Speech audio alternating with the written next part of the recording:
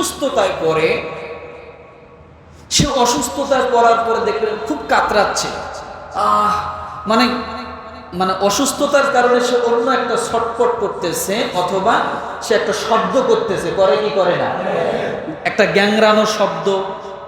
মানে অসুস্থতা হইলে মানুষ বিভিন্ন শব্দ করে, করে না? আর একজন পাশ থেকে বলে, এই শব্দ করসকে আল্লাহ আল্লাহ ডাক, বলে কি বলে না? তারা কি বলতেছে? এগুলা না করি আল্লাহ আল্লাহ বলতে পারো না? ওই লোকটা বোঝে নাই। ওই লোকটা কি বোঝে নাই?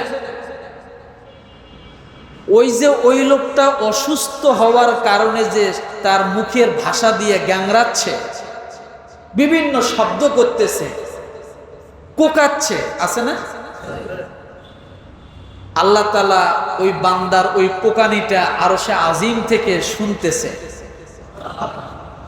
ওটা আল্লাহর কাছে ভালো লাগতেছে, ওটাই তার জন্য জিকির। খালি আল্লাহ আল্লাহ এটাই জিকির তা না। আল্লাহ চাচ্ছে আমার বান্দাকে একটু অসুস্থ দেই, দেখি আমার বান্দা কি কি শব্দ করে,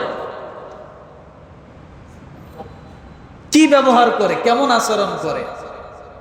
আপনার জ্বর, প্রচুর জ্বর, এখন আপনি বাহাদুরি দেখাচ্ছেন।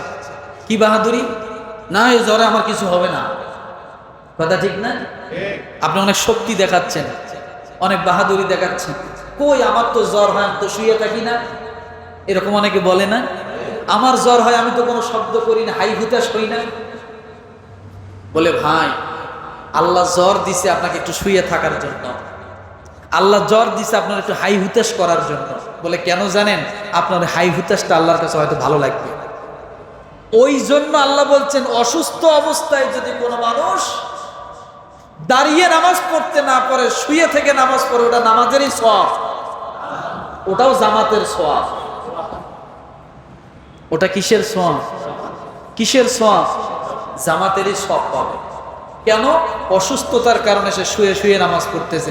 আল্লাহর কাছে আল্লাহ চাচ্ছে আমার বান্দা একটু শুয়ে নামাজ পড়বে, এটা আল্লাহ হয়তো চাচ্ছে, তাই বান্দা শুয়ে শুয়ে নামাজের একটা আল্লাহ ব্যবস্থা করে দিছে। হতে পারে না? হতে পারে না?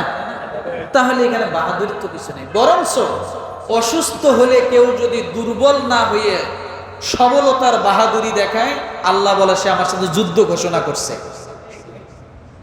নাউজুবিল্লাহ। কি ঘোষণা করছে? যুদ্ধ ঘোষণা করছে। আমি চাচ্ছি একভাবে, সে চাচ্ছে আরেকভাবে। অনেকদিন আগে বলেছিলাম, দেখেন